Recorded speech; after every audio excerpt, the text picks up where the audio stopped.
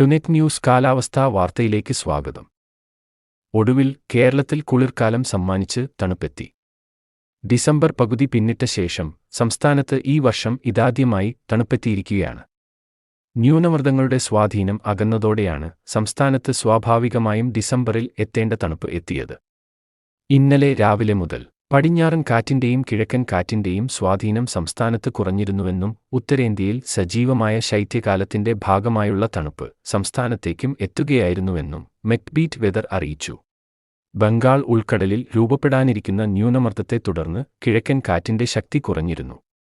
അറബിക്കടലിൽ കഴിഞ്ഞ ദിവസം എത്തിയ ന്യൂനമർദ്ദം തീരത്തുനിന്നകന്ന് ദുർബലപ്പെട്ട് ചക്രവാതച്ചുഴി ആയതോടെ മേഘങ്ങൾ അവിടെ കേന്ദ്രീകരിച്ചതിനാൽ പടിഞ്ഞാറൻ കാറ്റ് കേരളത്തിലേക്ക് പ്രവേശിക്കുന്നതും കുറഞ്ഞു. ഇതോടെ ഉത്തരേന്ത്യയിൽ നിന്നുള്ള ശീതക്കാറ്റിനു കേരളത്തിലേക്കെത്താനുള്ള സാഹചര്യം ഒരുങ്ങി. ഇതാണ് ശൈത്യം അനുഭവപ്പെടാനുള്ള കാരണം. കഴിഞ്ഞ ദിവസങ്ങളിൽ ഉത്തരേന്ത്യയിൽ പശ്ചിമവാതം സജീവമായിരുന്നു. ഈ കാറ്റ് ഇന്ത്യയിലെത്തിയ ശേഷം ഹിമാലയൻ മലനിരകളിൽ തട്ടി ഇന്ത്യക്ക് പുറത്തേക്ക് പോകാനാകാതെ ഉത്തരേന്ത്യ വ്യാപിക്കും.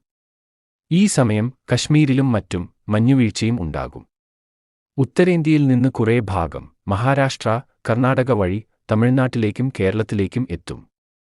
ഉത്തരേന്ത്യയിൽ ശീതതരംഗം അനുഭവപ്പെടുമ്പോഴും കേരളത്തിൽ തണുപ്പ് കൂടുന്നതിന്റെ കാരണമിതാണെന്നു മെറ്റ്ബീറ്റ് വെതർ പറയുന്നു. സാധാരണ തുലാവർഷക്കാറ്റ് ദുർബലമായ ശേഷമാണ് ഉത്തരേന്ത്യയിൽ നിന്നുള്ള ശൈത്യക്കാറ്റ് എത്താറുള്ളത്.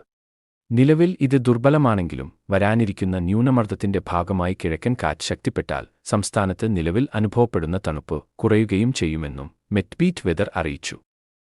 കാലാവസ്ഥാ വാർത്തകൾ കൃത്യമായി ലഭിക്കാൻ ചാനൽ സബ്സ്ക്രൈബ് ചെയ്യുക. നന്ദി.